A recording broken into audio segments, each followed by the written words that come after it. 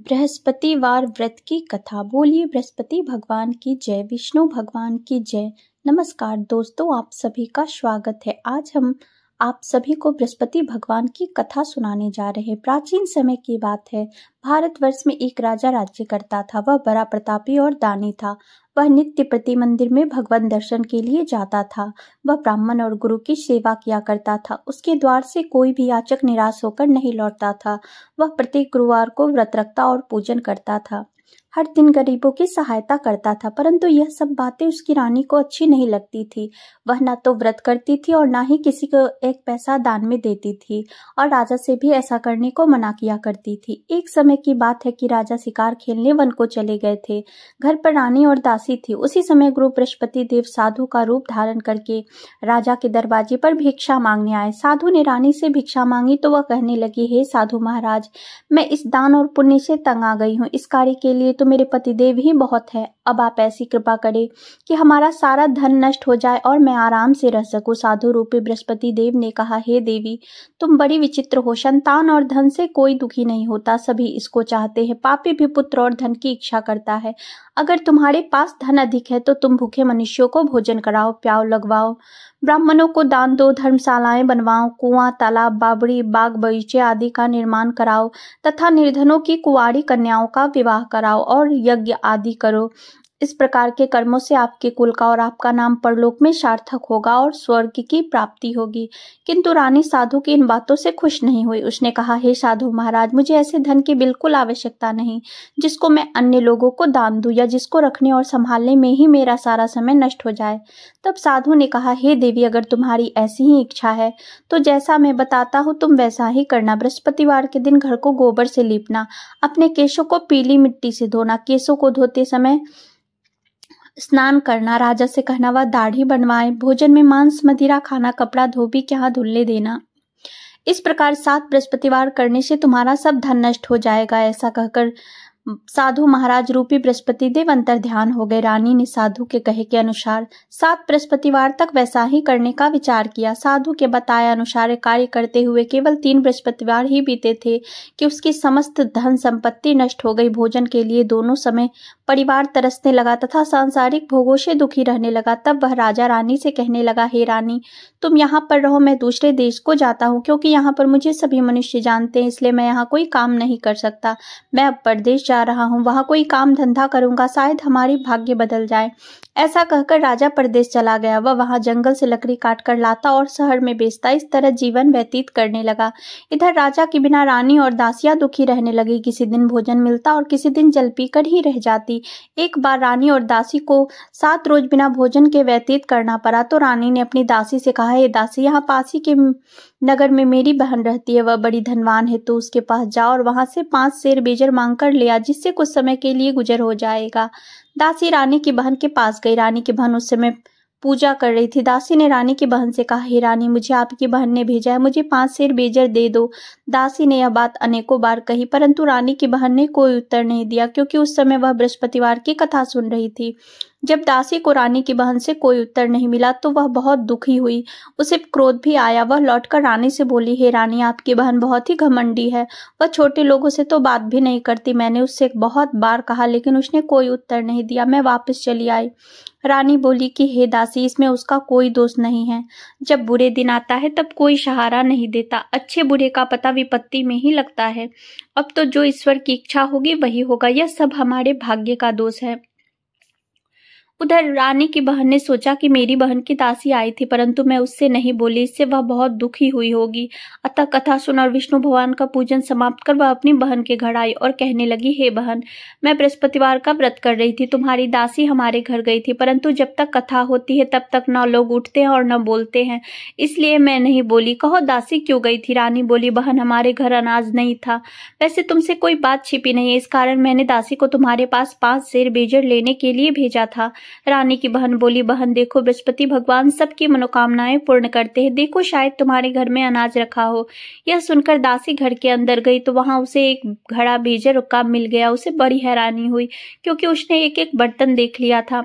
उसने बाहर आकर रानी को बताया। दासी अपनी रानी से कहने लगी, हे रानी देखो, वैसे जब हमको अन्न नहीं मिलता तब हम रोज ही व्रत करते हैं। अगर इनसे व्रत की विधि और कथा पूछ ली जाए तो उसे हम भी किया करेंगे। दासी के कहने पर रानी ने अपनी बहन से बृहस्पतिवार व्रत के बारे में पूछा। उसकी बहन ने बताया, हे रानी बहन, बृहस्पतिवार को सूर्योदय से पहले उठकर स्नान करके बृहस्पतिवार का व्रत करना चाहिए, लेकिन उस दिन सिर नहीं धोना चाहिए। बृहस्पतिवार के व्रत में चने की दाल और मुनक्का से विष्णु भगवान का केले के वृक्ष की जड़ में पूजन करे तथा दीपक जलावे। उस दिन एक ही समय भोजन करे, भोजन पीले, खाद्य पदार्थ का करे और कथा सुने। इस प्रकार करने से गुरु भगवान प्रसन्न होते हैं, अन्न पुत्र धन देते हैं, मनोकामना पूर्ण करते हैं। व्रत और पूजन की विधि बताकर रानी की बहन अपने घर लौट गई। रानी और दासी दोनों ने निश्चय किया कि बृहस्पति देव भगवान का पूजन जरूर करेंगे। 7 रोज बाद जब बृहस्पतिवार आया तो उन्होंने व्रत रखा। घुड़साल में जाकर चना और गुड़बिल लाई तथा उनकी दाल से केले की जड़ तथा विष्णु भगवान का पूजन किया। अब पीला भोजन कहाँ से आए? दोनों बड़ी दुखी हुई, परंतु उन्होंने व्रत किया था, इस कारण बृहस्पति भगवान प्रसन्न थे।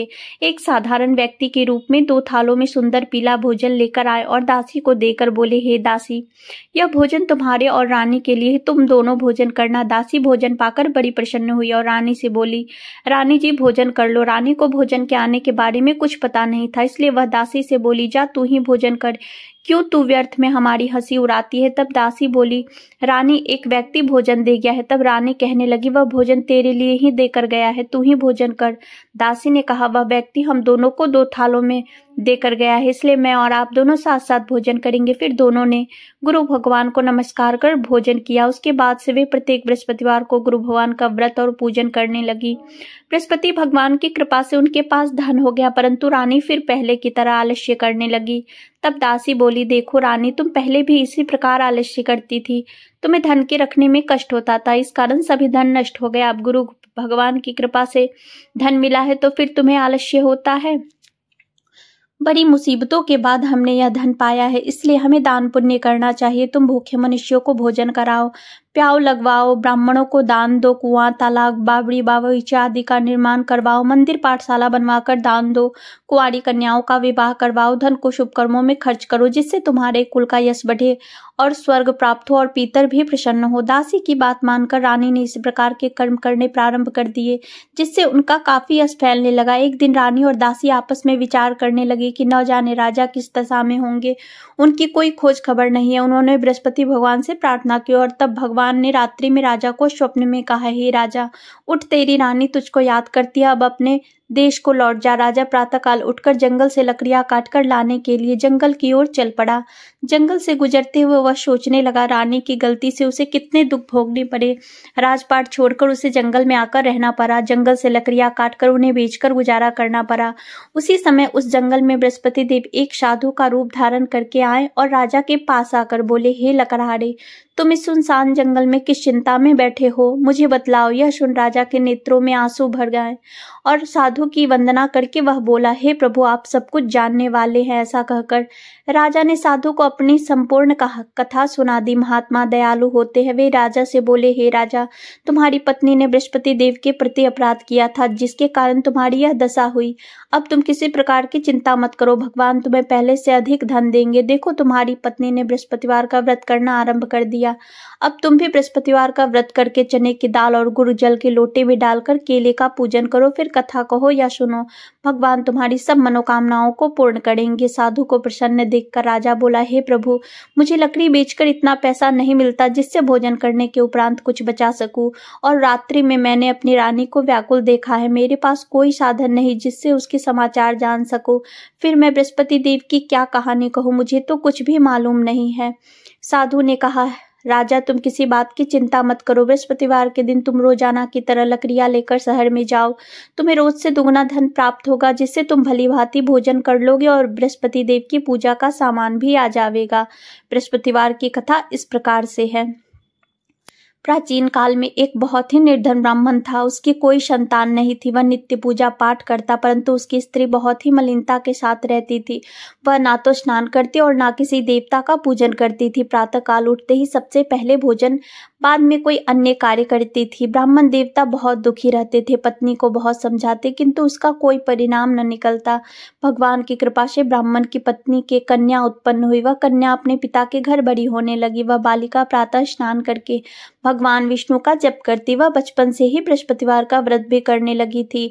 पूजा पाठ समाप्त कर स्कूल जाती तो अपनी मुट्ठी में जौ भर करके ले जाती और पाठशाला के जाने के मार्ग में डालती जाती। वही जौ स्वर्ण के हो जाते तो लौटते समय उनको बीन कर घर ले आती। एक दिन वह बालिका सूप में उन जौ को, सोने के जौ को फटक कर साफ कर रही थी। तभी उसके माँ ने देख लिया और कहा, हे बेटी, सोने के जौ को फटकने के लिए सोने का सूप होना चाहिए। दूसरे दिन गुरुवार था। उस कन्या ने व्रत रखा और बृहस्पति देव से प्रार्थना करके कहा, हे प्रभु, यदि मैंने सच्चे मन से आपकी पूजा की हो तो मुझे सोने का सूप दे दो। बृहस्पति देव ने उसकी प्रार्थना स्वीकार कर ली। रोजाना की तरह वह कन्या जौ फैलाती हुई पाठशाला चली गई।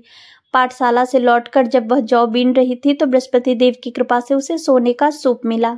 उसे वह घर ले आई और उससे जौ साफ करने लगी, परंतु उसकी माँ का वही ढंग रहा।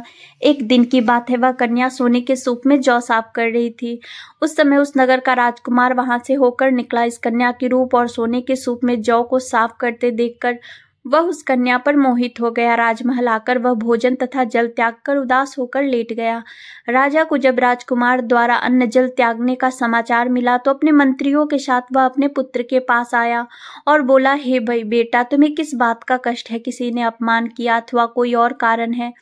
मुझे बताओ, मैं वही कार्य करूंगा जिससे तुम्हें प्रसन्नता हो। तब राजकुमार ने अपने पिता की बातें सुनी और बोला, मुझे आपकी कृपा से किसी बात का दुख नहीं है। किसी ने मेरा अपमान नहीं किया है, परंतु मैं उस लड़की के साथ विवाह करना चाहता हूँ जो सोने के सूप में जौ साफ कर रही थी। यह सुनकर राजा आश्चर्य में पड़ गया और बोला, हे बेटा, इस तरह की कन्या का पता तुम ही लगाओ। मैं उसके साथ तुम्हारा विवाह अवश्य ही करवा दूंगा। राजकुमार ने राजा को उस लड़की के घर का पता बतलाया। मंत्री उस लड़की के घर गया और राजा का आदेश ब्राह्मण को सुनाया। कुछ दिन बाद ब्राह्मण की कन्या का विवाह राजकुमार के साथ संपन्न हो गया। कन्या के घर से जाते ही उस ब्राह्मण देवता के घर में पहले की तरह गरीबी का वास हो गया। अब भोजन के लिए भी अन्न बड़ी मुश्किल से मिलता था। एक दिन दुखी होकर ब्राह्मण अपनी पुत्री से मिलने गया। बेटी ने पिता की दुखी अवस्था को देखा और अपनी माँ का समाचार पूछा। ब्राह्मण देवता ने सभी हाल कह सुनाया। तब कन्या ने बहुत सारा धन देकर अपने पिता को विदा कर दिया। इस तरह ब्राह्मण का कुछ समय सुखपूर्वक व्यतीत हुआ, लेकिन कुछ दिन बाद फिर वही हाल हो गया। ब्राह्मण फिर अपनी कन्या के यहाँ गया और सभी हाल कहा तो पुत्री बोली, हे पिताजी, आप माताजी को यहाँ लिवा लाओ। मैं उन्हें यह विधि बता दूंगी जिससे गरीबी दूर हो जाए। अब ब्राह्मण देवता अपनी पत्नी को साथ लेकर अपनी पुत्री के पास राजमहल में पहुंचे तो पुत्री ने अपनी माँ को समझाया, हे माँ, तुम प्रातःकाल उठकर प्रातः स्नान आदि करके भगवान विष्णु का पूजन करो तो सब दरिद्रता दूर हो जाएगी। परंतु उसकी माँ ने उसकी एक बात नहीं मानी। वह प्रातःकाल उठकर अपनी पुत्री का बचा जूठन खा लेती थी। एक दिन उसकी पुत्री को बहुत गुस्सा आया और उसने एक रात कोठरी से सारा सामान निकाल दिया और उसमें अपनी माँ को बंद कर दिया। प्रातः उसमें से निकाला और स्नान आदि करा के पूजा पाठ करवाया तो उसकी माँ की बुद्धि ठीक हो गई। इसके बाद वह नियम से पूजा पाठ करती और प्रत्येक बृहस्पतिवार को व्रत करने लगी। इस व्रत के पुण्य प्रभाव से उसकी माँ भी बहुत धनवान हो गई और बृहस्पति देवता के प्रभाव से स्वर्ग को गई। वह ब्राह्मण भी सुखपूर्वक इस लोक का सुख भोग कर स्वर्ग को प्राप्त हुए। इस तरह कहानी कहकर साधु महाराज वहां से लोप हो गए। धीरे धीरे समय बीतने पर फिर बृहस्पतिवार का दिन आया। राजा जंगल से लकड़ी काटकर किसी शहर में बेचने गए। उसे उस दिन और दिनों से अधिक धन मिला। राजा ने चना गुड़ आदि लाकर बृहस्पतिवार का व्रत किया। उस दिन से उसके सभी क्लेश दूर हुए। परंतु जब अगला गुरुवार का दिन आया तो वह बृहस्पतिवार का व्रत करना भूल गया। इस कारण बृहस्पति भगवान नाराज हो गए। उस दिन उस नगर के राजा ने विशाल यज्ञ का आयोजन किया तथा अपने समस्त राज्य में घोषणा करवा दी कि कोई भी मनुष्य अपने घर में भोजन ना बनावे और ना ही आग जलाए। समस्त जनता मेरे यहाँ भोजन करने आए। इस आज्ञा को जो ना मानेगा उसको फांसी की सजा दी जाएगी। राजा की आज्ञा के अनुसार राज्य के सभी निवासी राजा के भोज में सम्मिलित हुए, लेकिन लकड़हारा कुछ देर से पहुंचा, इसलिए राजा उसको अपने साथ महल में ले गए। जब राजा लकड़हारे को भोजन करा रहे थे तो रानी की दृष्टि उस खूंटी पर पड़ी जिस पर उसका हार लटका हुआ था। उसे हार खूंटी पर लटका दिखाई नहीं दिया। रानी को निश्चय हो गया कि मेरा हार उस लकड़हारे ने चुरा लिया है। उसी समय सैनिक बुलवाकर उसको कैद खाने में डलवा दिया। जब लकड़हारा कारागार में पड़ गया तो बहुत दुखी होकर विचार करने लगा कि न जाने कौन से पूर्व जन्म के कर्म से मुझे यह दुख प्राप्त हुआ है, और उसी साधु को याद करने लगा जो जंगल में मिला था। तत्काल बृहस्पति देव साधु के रूप में प्रकट हो गए और उसकी दशा को देखकर कहने लगे, अरे मूर्ख, तूने बृहस्पति देवता की कथा नहीं की, इस कारण तुझे दुख प्राप्त हुआ है। अब चिंता मत कर, बृहस्पतिवार के दिन कारागार के दरवाजे पर 4 पैसे पड़े मिलेंगे, उनसे तू बृहस्पति देव की पूजा करना तो तेरे सभी कष्ट दूर हो जाएंगे। अगले बृहस्पतिवार उसे कारागार के द्वार पर 4 पैसे पड़े मिले। राजा ने पूजा का सामान मंगवाकर कथा कही और प्रसाद बांटा। उसी रात्रि को बृहस्पति देव ने उस नगर के राजा को स्वप्न में कहा, हे राजा, तूने जिस आदमी को कारागार में बंद कर दिया है वह निर्दोष है, वह राजा है, उसे छोड़ देना। रानी का हार उसी खूंटी पर लटका हुआ है। अगर तू ऐसा नहीं करेगा तो मैं तेरे राज्य को नष्ट कर दूंगा। राजा प्रातःकाल उठा और खूंटी पर हार टंगा देखकर लकड़हारे को बुलाकर क्षमा मांगी तथा राजा के योग्य सुंदर वस्त्र आभूषण भेंट कर उसे विदा किया। गुरुदेव की आज्ञा अनुसार राजा अब अपने नगर को चल दिया। राजा जब नगर के निकट पहुंचा तो उसे बड़ा ही आश्चर्य हुआ। नगर में पहले से अधिक बाग, तालाब और कुएं तथा बहुत सी धर्मशालाएं, मंदिर आदि बने हुए थे। राजा ने पूछा, यह किसका बाग और धर्मशाला है? तब नगर के सब लोग कहने लगे, यह सब रानी और दासी द्वारा बनवाए गए हैं। राजा को आश्चर्य हुआ और गुस्सा भी आया। जब रानी ने खबर सुनी कि राजा आ रहे हैं तो उसने अपनी दासी से कहा, हे दासी, देख राजा हमको कितनी बुरी हालत में छोड़ गए थे, वह हमारी ऐसी हालत देखकर लौट न जाए, इसलिए तू दरवाजे पर खड़ी हो जा। रानी की आज्ञा अनुसार दासी दरवाजे पर खड़ी हो गई। जब राजा आए तो उन्हें अपने साथ महल में लिवा लाई। तब राजा ने क्रोध करके अपनी तलवार निकाली और पूछने लगा, बताओ यह धन तुम्हें कैसे प्राप्त हुआ है? तब रानी ने बताया, हमें यह सब धन बृहस्पति देव के व्रत के प्रभाव से प्राप्त हुआ है। राजा ने तब निश्चय किया कि 7 रोज बाद तो सभी बृहस्पति देव का पूजन करते हैं, परंतु मैं रोजाना दिन में 3 बार कथा कहा करूंगा तथा रोज ही व्रत किया करूंगा। अब हर समय राजा के दुपट्टे में चने की दाल बंधी रहती तथा दिन में 3 बार कथा कहता। एक दिन राजा ने विचार किया कि चलो अपनी बहन के यहाँ से हो आवे। इस तरह का निश्चय कर राजा घोड़े पर सवार होकर अपनी बहन के यहाँ चल पड़ा। रास्ते में उसने देखा कि कुछ आदमी एक मुर्दे को लिए जा रहे हैं। उन्हें रोककर राजा कहने लगा, अरे भाइयों, मेरी बृहस्पतिवार की कथा सुन लो। वे बोले, लो, हमारा तो आदमी मर गया, इसको अपनी कथा की पड़ी है। परंतु कुछ लोग बोले, अच्छा कहो, हम तुम्हारी कथा भी सुनेंगे। राजा ने दाल निकाली और कथा कहनी शुरू कर दी। जब कथा आधी हुई तो मुर्दा हिलने लगा तथा जब कथा समाप्त हुई तो राम राम करके वह मनुष्य खड़ा हो गया। राजा आगे बढ़ा। उसे चलते चलते शाम हो गई। आगे मार्ग में उसे एक किसान खेत में हल चलाता मिला। राजा उससे बोला, अरे भैया, तुम मेरी बृहस्पतिवार की कथा सुन लो। किसान बोला, जब तक तेरी मैं कथा सुनूंगा तब तक 4 हरैया खेत जोत लूंगा, जा अपनी कथा किसी और को सुनाना। राजा आगे चलने लगा। राजा के हटते ही बैल पछाड़ खाकर गिर गए तथा किसान के पेट में बहुत जोर से दर्द होने लगा। उसी समय किसान की माँ रोटी लेकर आई। उसने जब यह देखा तो अपने पुत्र से सब हाल पूछा।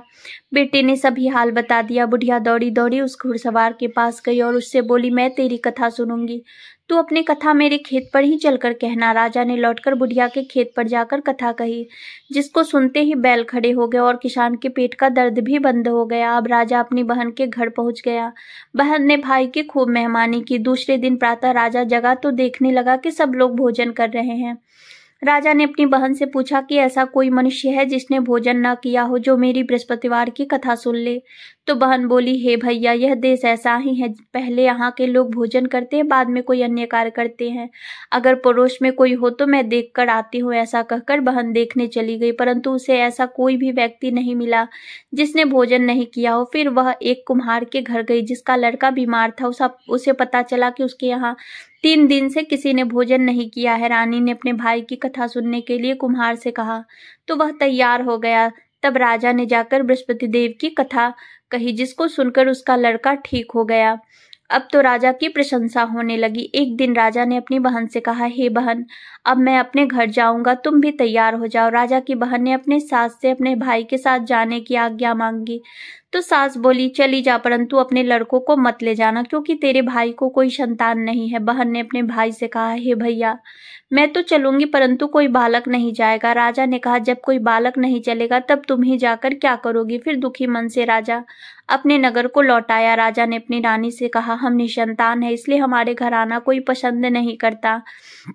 हम निर्वंशी राजा हैं। ऐसा कहकर वह बिना भोजन आदि किए सैया पर लेट गया। रानी बोली, हे प्रभु, बृहस्पति देव ने हमें सब कुछ दिया है, वे हमें संतान भी अवश्य देंगे। उसी रात बृहस्पति देव ने राजा को स्वप्न में कहा, हे राजा, उठ, सभी सोच त्याग दे, तेरी रानी गर्भ से है। राजा को यह जानकर बड़ी प्रसन्नता हुई। 9वें महीने रानी के गर्भ से एक सुंदर पुत्र पैदा हुआ। जब राजा की बहन ने यह समाचार सुना तो वह बहुत खुश हुई तथा बधाई लेकर अपने भाई के यहाँ आई।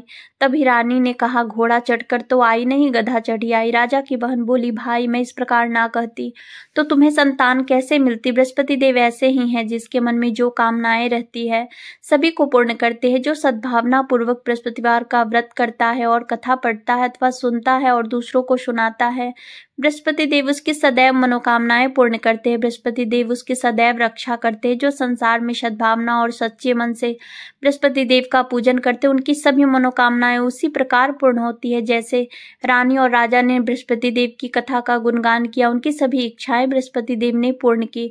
मनुष्य को हृदय से उनका मनन करते हुए जय जयकार लगानी चाहिए। प्रेम से बोलिए, बृहस्पति देवता की जय, विष्णु भगवान की जय, लक्ष्मी माता की जय।